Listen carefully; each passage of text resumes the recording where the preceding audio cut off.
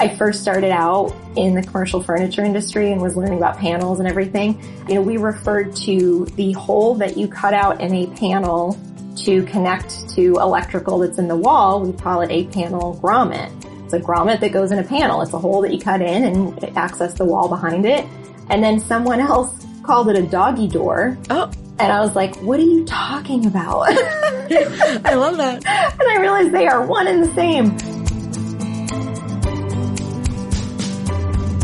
Hi, Audrey. Hi, Adam. What are we doing today? What are we doing? Well, first of all, I'm going to say hi, Jen. Hi. I'm so excited to have you on our little podcast here. Thank you. I'm excited to be here. Yeah. We're going to have a good time today. I think we should probably just get started on our questions. So tell us, who are you and why are you here? Oh my goodness. That is such a long story. I am a training specialist. I started at Configura a year and a half ago, almost a year and a half ago now. And last year I was a training and sales ambassador, but I got really attached to the training team and realized that was really where my heart was. And that's what I like doing the most is training. So I moved over to the training team this year. Before that, I was at a dealership for almost 10 years doing the same thing. I trained our whole team, was tech support. For whatever ridiculous reason, I volunteered to report all the bugs for our team. So all of the bugs and tickets and everything went through me. And before that, I did have some outside commercial design experience and kitchen and bath as well. Awesome. So would you say you know CUT fairly well, just from a personal evaluation standpoint? Oh, absolutely. But then again, every time I think I know it all, somebody else teaches me something else and puts me in my place. So I feel like I'm pretty humble about that at the same time. There's so much to learn, and there are so many little hidden gems out there that I feel like a lot of people are still passing down information to me. So I feel like I love that aspect of it, that I don't think I'll ever know it all. And so it's really an adventure every day.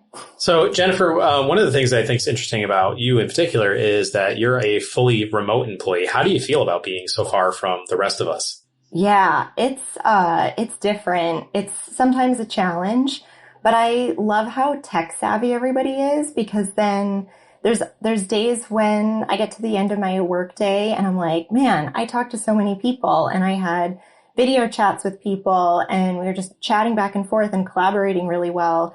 And at times I feel more connected to my coworkers than days when I was in an office, but also like in my little tunnel, and I would just focus on my computer and I would have my headphones in and I would sit there. So like, even though I'm physically in a space with people, I wasn't engaging as much. So, I like those days when I can be really engaged with people through Teams. But then on the other hand, there are days when I'm not super active on the chat and I am just kind of focused on my work. And then I'm really like hyper aware that I'm in the house by myself and I haven't talked to like another person besides my dogs, which I count as beings.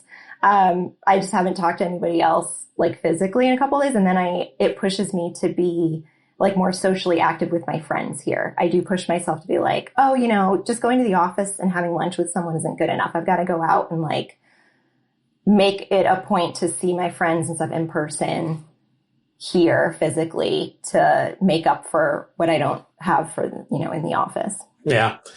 Well, we decided to do like a kind of rapid fire questionnaire thingy for all of our guests. Okay. So, first one is a hot take. Hot dog, sandwich or not a sandwich?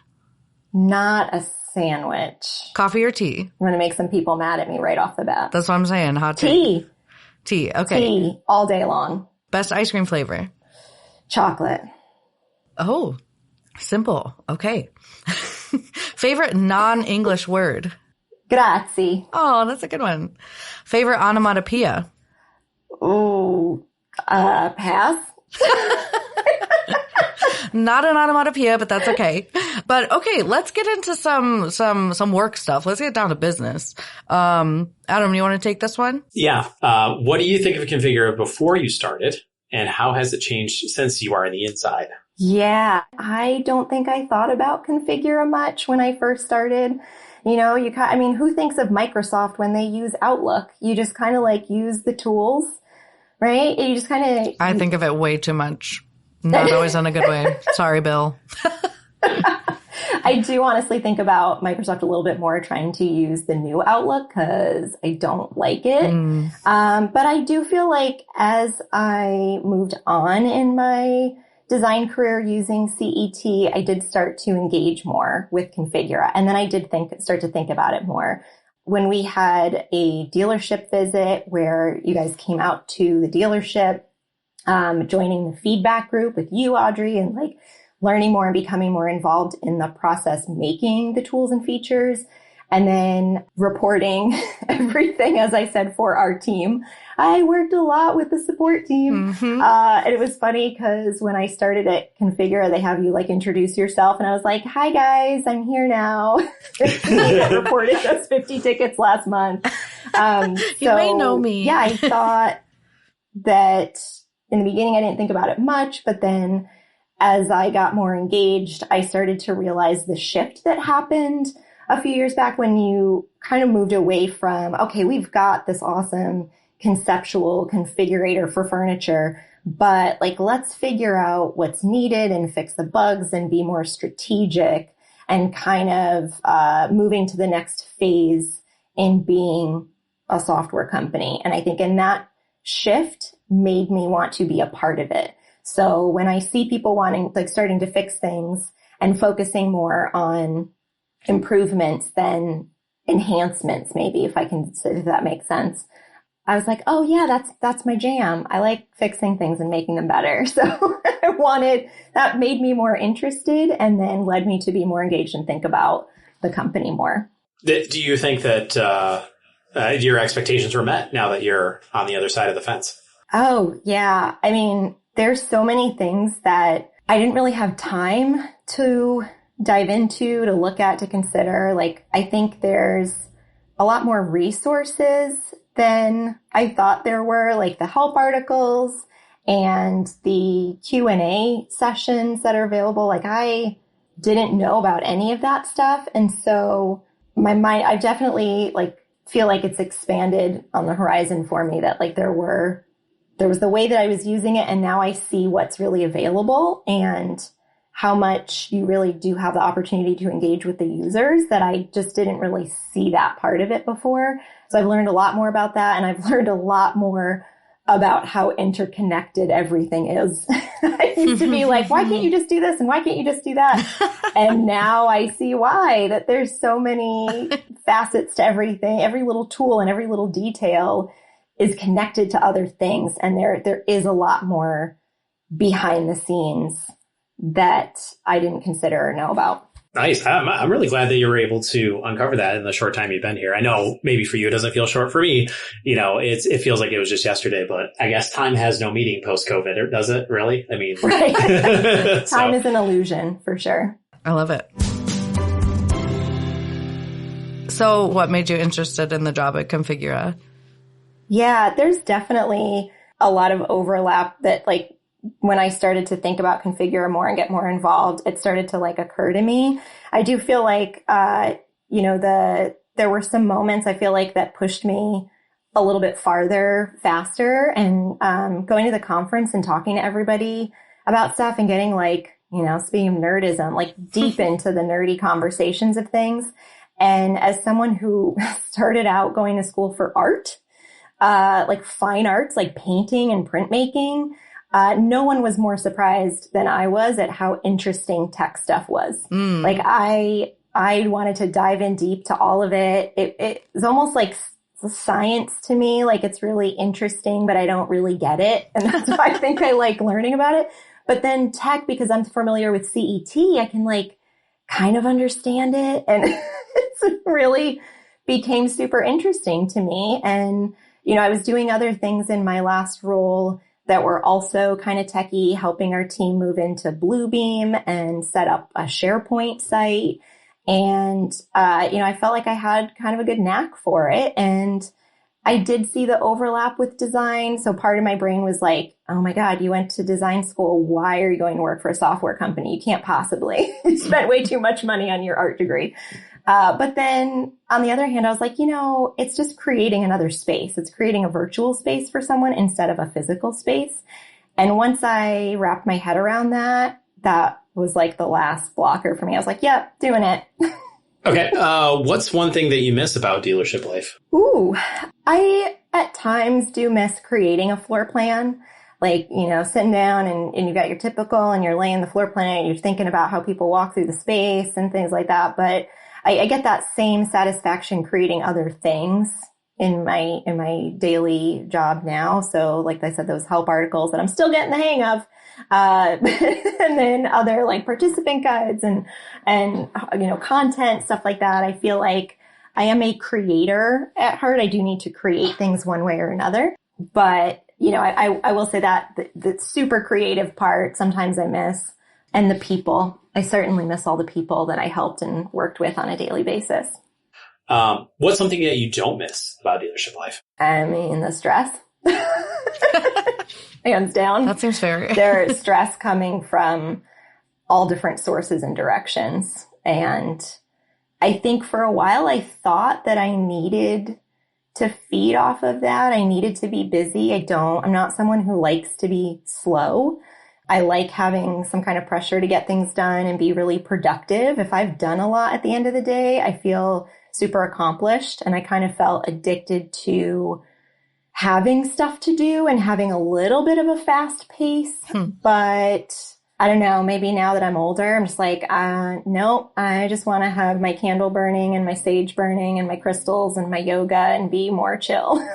And it's weird to try to like adjust to, because when I don't have that pressure, I kind of internalize like pressure myself. Like I'm so used to going, even before I worked at a dealership, like all the years that I spent working, I was going to school part-time, because again, started as an art student.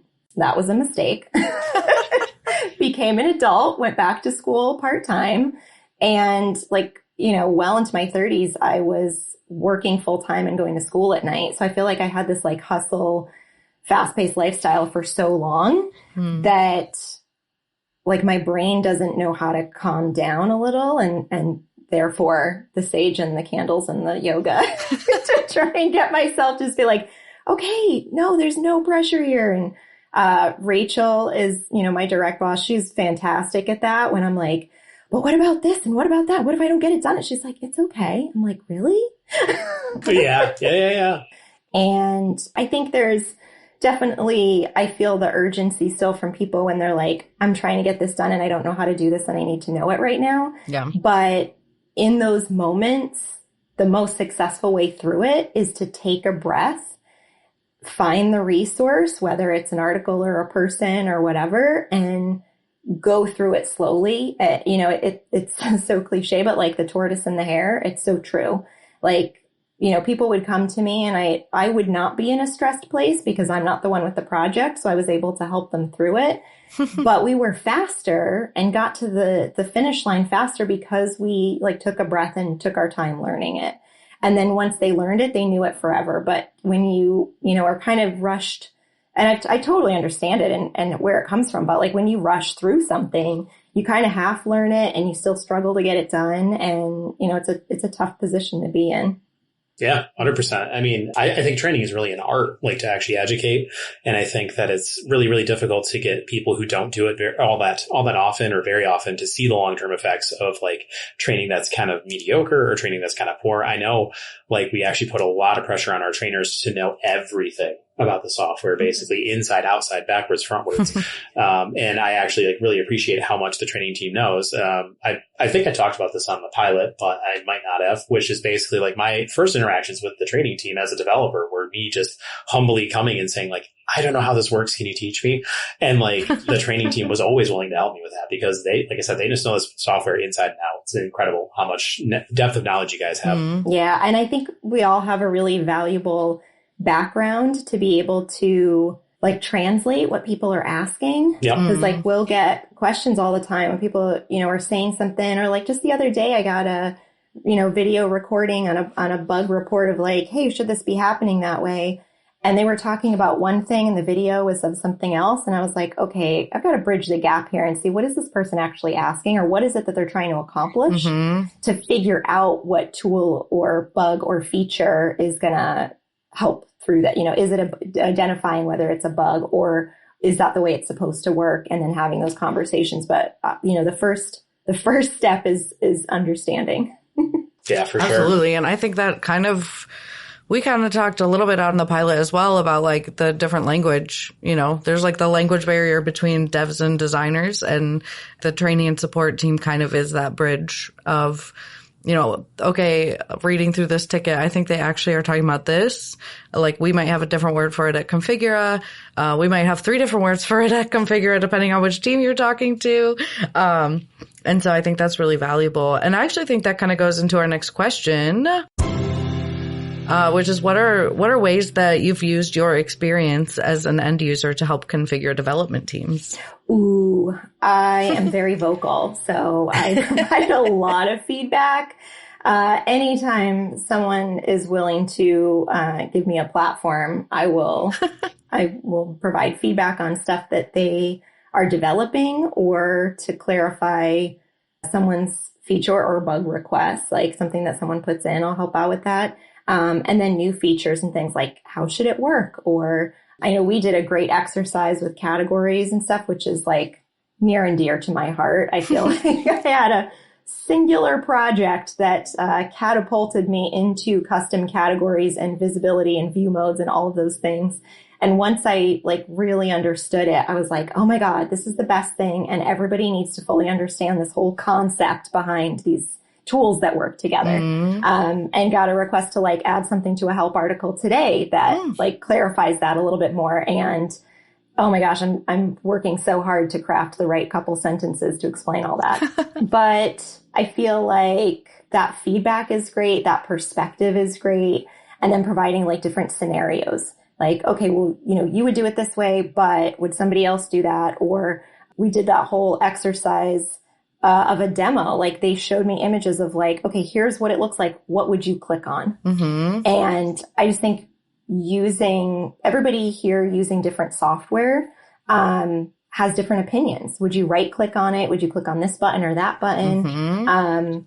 So hopefully I represent a good section of users. I know everybody, I'm a keyboard shortcut person. I don't really click much at all. So, I know that users have different ways to interact, but hopefully, that's been helpful that I've provided that feedback from a user perspective. Oh, yeah. I think you bring up an interesting point about like knowing the use cases. I think that like that's such an essential piece for teams to understand. When are people using this? Why are they using it? How are they using it? Not just like how they can use it, but what do they want it for? What are the different scenarios that it's going to be used in? And that's going to affect how you create the flow, like what capabilities there are, what are the priorities. Like if we think, okay, but maybe they could use it for XYZ. Okay, but are they going to? And should we really prioritize that aspect of it if it's just like a fringe case, things like that. So I think knowing the use cases are so important for our teams, and having you and other former users at Configura is so important for that. And also, of course, and you've mentioned the feedback community that you were a part of before, and that's a group that we use. We'll probably talk about it on every episode, I hope, because we always want more people on the feedback community. But yeah, just like knowing, having those people of like seeing what do you actually need? What are your use cases? And having that guide our decision-making process rather than just possible things that could be done. So I think that's great. Yeah, because if there's one thing that will always be consistent is that designers are asked to do weird things on the plans and drawings. Yeah. You get a lot of questions. Can you show it this way? Can you do this? Can you do that? And I'd be like, well, it's not intended for that, but maybe I could figure out how.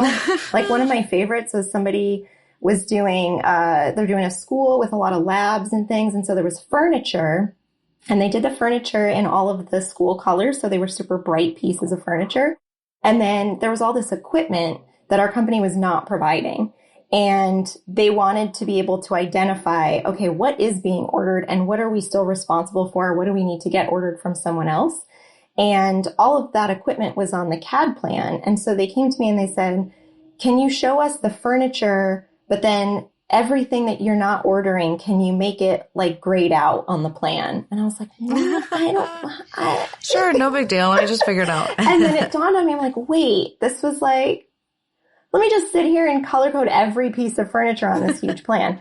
So it was right when that black and white filter came out for the filtering off the black and white filter situation. I was like, this will save me. So I just made the CAD plan light gray because I can make it any color. So I made it light gray, and it worked because all the furniture was really colorful, but then I showed all the furniture in color. I just showed the whole thing in color.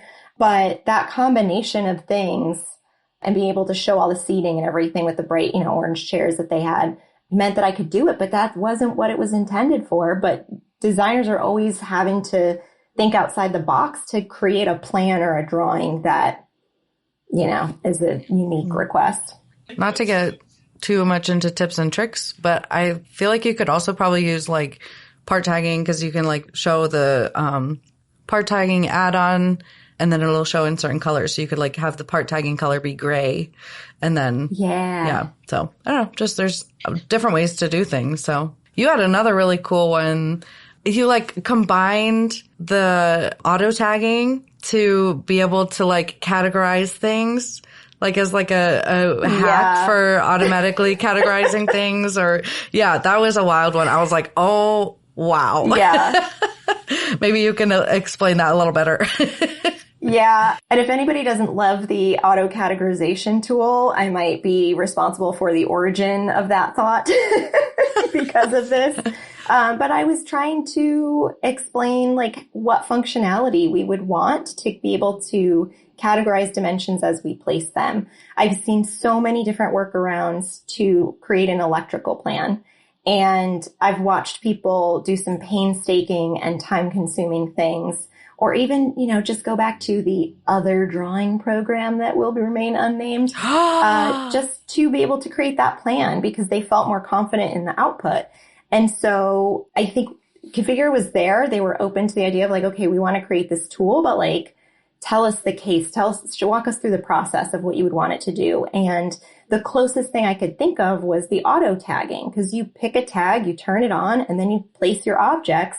And there's that great visual in the corner that tells you what you're doing. So you don't have to forget, which I would often do in other programs. I'd forget which thing I was drawing on, and I'm putting stuff into my drawing, and I go, oh crap, my last 20 minutes, I have to recategorize basically all of those things. So I loved the visual. I loved the process of turning it on, turning it off, and all that functionality. This one's interesting to me in particular because the dealership visits that I went on, one of them was actually helping a user try to fix that exact problem. She had a bunch of electrical only dimensions that she only wanted to show in like an electrical view mode, so she wanted to categorize them appropriately.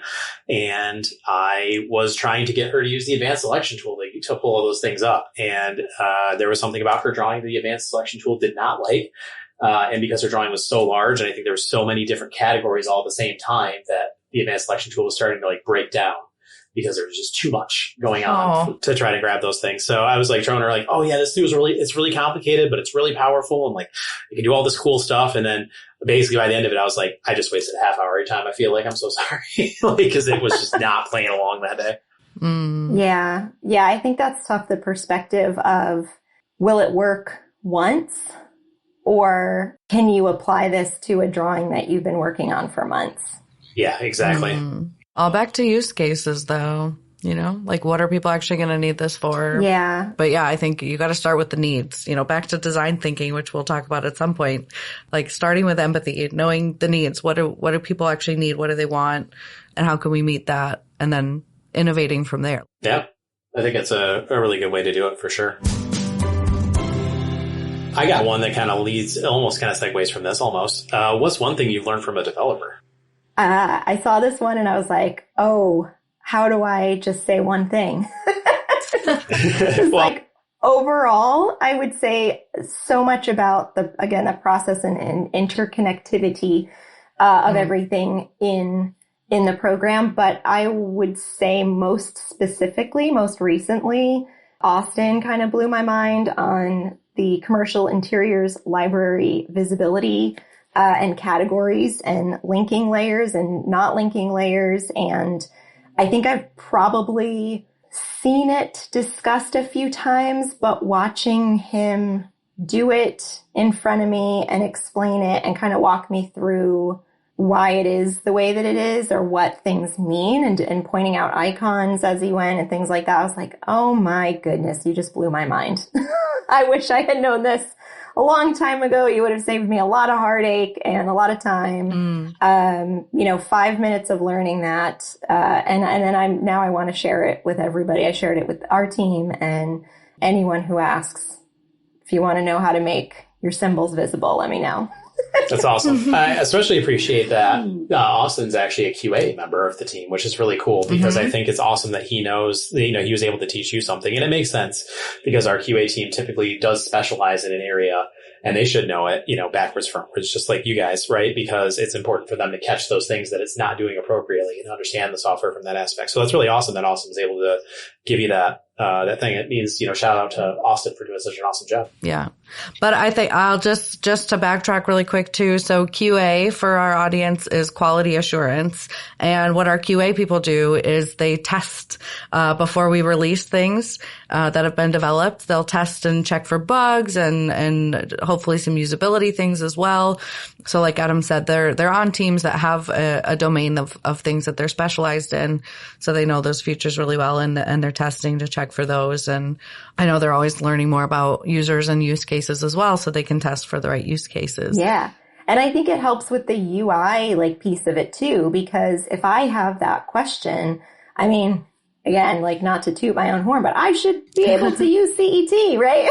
Right. So if there's something in there that as a user is a disconnect for me, I feel like maybe there's a button that needs to be changed, or maybe we need to add some verbiage on how to use something. It's a good indication for them that okay, this isn't very apparent to users that it works this way. Yeah. So that's why I'm never hesitant to ask the question, because the answer is not the only important part. The fact that the question was there is also important. Yes. So you mentioned UI, so that stands for user interface, and that's just what you see on the screen, what things look like, where things are placed, what colors they are, what fonts are used, and how things are laid out. Just want to make sure we have our alphabet soup all organized. But yeah, so next question, what's one thing you wish developers understood a little bit better about users? Yeah, this one came to me pretty quickly. I feel like the perspective of large projects and existing projects. I was not one of those super cool people that worked on new business and exciting projects and design. And so I liked and ended up on a lot of accounts and reconfigurations and things like that, and working with super old drawings and, I don't want to say the grunt work, but definitely more of the production stuff than the fancier, designery things. And that's where things get really difficult.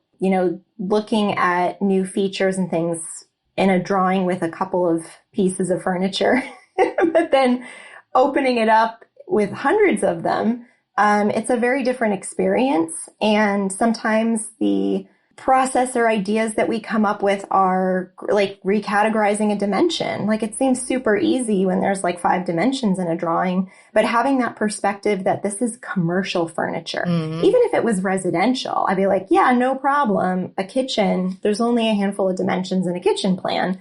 But when you think about commercial furniture, there's just vast quantities of everything. So keeping that perspective in mind, the size of the drawing file, the number of times you'd have to do something, the weight of what you're doing on the file itself, all of those things are really important to keep in mind. And I think that's the one thing I don't see much of is like demos with really large drawings instead of like a workstation or a chair. Yeah, we just did a walkthrough. We're moving to a new office in the summer, and we did a walkthrough of the space, and there's nothing in it right now. So it actually looked so big. I was like, oh my gosh. And it's in the scheme of like the projects that our end users are doing, it's probably actually minuscule. But like, compared to our office right now, which is split up onto different levels, and now it's all on one level. So it was like, oh, this is big. But like, I remember when we moved to the office we're currently in, it was right when I just started, and they did an exercise where they had everybody had to NCT draw the new office. They gave them the CAD plan, and they were supposed to design the space and draw the walls and stuff. And I was just thinking right now as you were talking, I was like, we should have everyone do that because it's such a good exercise. And I think, like having like that experience of just trying it yourself would be really great. So maybe we'll suggest that to somebody. I don't know. But I think that's always good to see an actual use case. Again, wow, theme of the day. Right. And yeah, like using the actual furniture, looking at what do we really have and not just starting from scratch all the time. I think that's a really good point of like so much is reconfiguration, working with what you already have. Yeah. Doing stuff in existing drawings.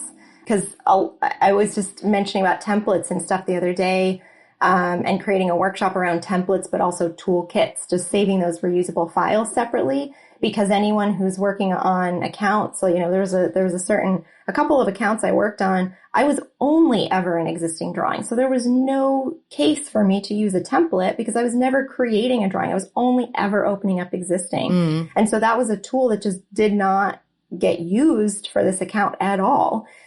So other ways to do that by saving those styles and things in reusable files, I was still able to use the components and tools that went into a template, but in a different way because it was a completely different use case.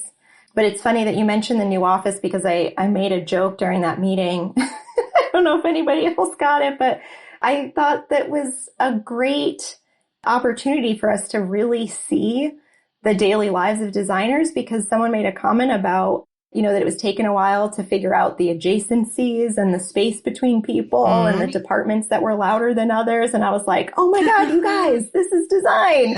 And I made a comment in the meeting chat about like design is hard. I think I got one laugh out of it. I was like, oh, did people not realize I was making a joke there? A joke, but a very serious joke at the same time. Exactly. Has there been a time when you were surprised a developer did understand the end user better than you expected? I don't know that I've had enough experience seeing the developers on dealership visits specifically. I feel like that's probably where that happens the most. And I've seen that a little bit, but I don't know that I've been surprised. Maybe I haven't been paying attention enough or seen a specific instance. Usually I feel like there's a lot of developers learning stuff, even if it's like outside of CET, just like the way that the tech is set up at certain companies and stuff like that. I feel like there's a lot of epiphanies and a lot of learning that goes on. Yeah, this one I drew a blank. I don't know if I had a moment where I was like, "What? You understood that?" And maybe it's worded weirdly too, of like being surprised. Like it might not be something that you're like, "Oh, I didn't expect that," and oh wow, it's true. It's just some like sometimes that's how it goes. Yeah, that is a very astute point. So maybe a better version of the question is: was there a time that you were like, "Yeah, I feel seen," or like feeling that? Heard. Yeah. Yeah. Feeling heard. Yeah. Feeling like, that they understood, what we were going through. Actually, there was a conversation I had recently because I had, again, another epiphany that I learned, about the connection between the real-time lights setting and having that turned on and the connection to the photo lab and what current setting you're on in the photo lab kind of dictates what that real-time lights or what that's going to look like in your 3D view. And so, I talked to the developer about that and it is intended. It's not something that is outwardly communicated to anyone who's using it. It's just kind of a relationship that is existing because of the way the software has to work, but not advertised, I guess, or not like shown in a message anywhere, but they understood that it's been challenging for people. And so I feel like, oh, great, I don't even have to make that case, but I can help them with options and alternatives that might help communicate it a little bit better. So there are instances, I think, where they do understand but need that feedback in order to figure out how to make it better or what would help. Because the functionality, I didn't mind. It was just the communication of like not knowing that that connection was there. Yeah. Visibility of system status is what they call that in the 10 heuristic principles for anybody who cares of like always being able to see what is my current state in this space. Like, what am I doing? What view mode am I in? What space am I in? What's happening? What downloads are happening? Like just knowing what's going on, like having the information that you need. Right. With developers understanding, I think there's an aspect of, I do get it and I can't do anything about it. You know, I think sometimes there's users are like, developers just don't get it. And sometimes that's true. But a lot of times it's like, I get that this is painful and I wish I could fix it for you. But there's just some like technological hurdle that makes it either impossible or like so difficult that we can't prioritize it. And I think that is really hard for developers. They're like, I see that pain. And I wish I could do something about it, but I have X, Y, Z I got to do. And would you rather have that fixed or this other huge thing? So I think that's a really tough thing for developers too, and that they maybe do understand more than we think they do, or I don't know. I think that is true what you're saying, Audrey, about there. I mean, I can think of at least one example back in my developing days that I had an exact issue like that where the technological ways that things actually work, and this has to do with blocks, and sometimes we'll do a nerd alert about blocks because I love talking about it. But the way that blocks actually worked was causing a problem, and it was like, I can't fix this problem because like that's how blocks are, and that's a good thing. So yeah, that happens. And I think that one of the groups we don't talk a lot about is extension owners. They sometimes are the ones that have to decide for the user which way it actually goes at the end of the day. Because, you know, as a developer, it's like, well, I can give you this or that. And sometimes it comes down to your boss saying which one's more important. So in a lot of cases, that's like the person who makes that decision. And maybe we'll have an extension owner or two on just to kind of talk about that a little bit, because I think it'd be kind of cool. Yeah. And I think with all those scenarios, there's so many cooks in that kitchen, even adjacent to it, because as much as like I have feedback on things, they'll say, oh, well, we did that because another user requested that feature. Like that's definitely happened to me a couple times where I go and I'm like, why did you do that? That's crazy. And then they're like, because someone asked for it. I think that's a really interesting kind of hot topic as well, where, you know, you want user feedback, but if you get feedback from one user, that's valuable, but that doesn't mean you should drop everything and do it. And I think that's a lesson that we have to learn as Configura and like as people making decisions. And especially when you are, whether it's, you know, maybe it's a ticket, but especially if you have a conversation with somebody and you see like the frustration level, you're like, I want to fix that for you. And like that one person will be so happy. And maybe others will, but there's a chance that all 19,999 other users are actually really pissed about it because they're like, I used it that way. And so it's really hard to prioritize. And when you get that human element in there, I think most, if not all of our developers want our users, like they care a lot, you know, and so they see that frustration and they're like, I can do something about that. And then the question is, should you, and how do we validate if we should be doing that? And it's a hard thing. I think it's a really hard thing. Making those choices is hard. Prioritizing is hard. And knowing like the reach, and the impact and the widespreadness, of the impact. Like it could impact one person really strongly, but it could make no impact to others. So it's just, it's a hard thing. And yeah, I would say that's again a plug for the feedback group because, you know, there was a discussion yesterday about something and I'm like, well, I know what my opinion is and someone else has a different opinion, but I don't know that either one of us represent the majority of users. Right. And so I did suggest that we go to the feedback group, maybe ask some of these things. But it was such a tricky situation because same thing, like it requires making a pretty vast change to something else because it started out one way and we want to add features to it. But adding features make the existing features kind of wonky. And I'm like, but if you just do it this way, this is how it should be. And then like, how do you, kind of retroact it? It's a reconfiguration. That's a perfect analogy. The pieces are already there and we're trying to work with the existing in order to improve it.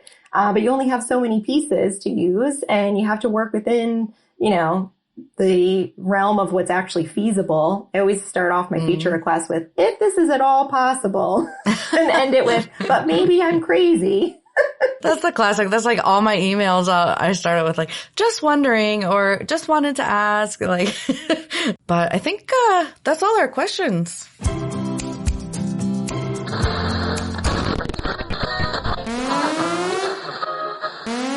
Nerd alert! Welcome to your weekly Nerd Alert. I have our resident nerd here with me. And hold Not on, the only one, for the record. There's plenty. There's a theater nerd in the room with me right now. What? Where? Another one? Oh, it's me. No, awesome. So today, our question for you, Adam, to be a nerd about is, so how do blocks work really? Go. So blocks are actually really complicated. You might remember from last time there's a thing called a snapper, and blocks are actually a block snapper. And what makes blocks crazy is that inside of a block snapper, there is a space. So space is basically just the area that you put things in your CGT drawing. Your products go into a space. View clips or whatever you want to call them, view modes, whatever. Not view modes, view clips specifically. You made that mistake last time, too. Yes, I did. Are a snapper that goes into 2D space, right? So when it comes to a block snapper, it just happens to be a snapper with a space inside of it. That's called a block space. Inside the block space, there is the products that you put. What's interesting about block snappers, and actually leads to my wife's pet bug in CGT that actually got fixed, is that inside of a block is its own independent space. And then when you make copies of that block, you're not actually copying the items, you are copying the block snapper, which all boils down to one space that actually exists that contains all these items. That's actually why when you make an update to a chair or an update to something in the space, the update propagates to the rest of the blocks that match that block, because you're not changing 5 or 6 different chairs. In reality, you're only changing one chair. So the pet issue actually has to do with visibility and view mode stuff. If you're at 30 seconds, try to click your visibility off back in the day, it would actually, if anything in the block was visible for that layer, it would take off the entire block all at once, not just the individual pieces. So if you had electrical, you turn it off, all electrical would turn off instead. So we actually fixed that a few years ago. And we had a little bit of a rocky road because their fix caused some other problems. But now if you use visibility changes, you can actually get your block to do the thing correctly, which is to make it so it's only visible if it's got the right layers. Amazing. I think you got most everything in that you wanted to say. I think so, yeah. I was actually going to talk about something else too, but maybe we'll have to save that for another time. Okay, yeah. Maybe why blocks Nerd are Alert weird. Part 2. Yeah, Part 2, because there's some weird stuff with like, when you like try to do something outside of a block, but you're inside of a block, now it's all the same space. So how does that work? But maybe that's a little too. That feels like time travel at this point. Yeah, maybe that's a little too much like trying to describe time travel or wormholes. Yeah, not for my brain's status today anyway. Okay. Hi, Jen. Hi. Just one more wrap-up question. Yeah, and that is, who would you want to have on the podcast, and what would you want us to ask that person? Yeah. Oh, that's a great question. Ooh, there's so many people I could tag in here from inside and outside of Configura. I'm going to go with Allie, head of support. I work with them so much, and I think there's so much opportunity there for people to learn a little bit more. So I'd love for you to ask her, like, to describe the life of a ticket. What helps it along? What delays it? How to get past the hurdles? Things like that. Because I learned so much and got so much better at reporting and providing the information needed to get stuff fixed that I felt like I was a lot more successful than before I started reporting 50 tickets a month. No, it's absolutely true. In fact, I think we were talking about having a session at Experience this year where we talk a little bit more about the sort of things you can do to help your tickets along, basically, because there are just those technical things that we need to know, and like those little hurdles and those little details that really come into play. That was a slick plug. I love it. And the use cases, I think without getting into the next topic that we'll talk about with Allie, maybe, hopefully, I think the best thing you can do if you put in a ticket is just describe the use case. Why do you want this? What are you trying to accomplish? How are you doing it now? Like, do you have any workarounds? Things like that. Just giving the why is so good. There's actually a thing that I'm really hot on as a former QA myself, where I like the idea of the observed result and the expected result. Because sometimes that right there differentiates the fact that the software isn't designed to work this way.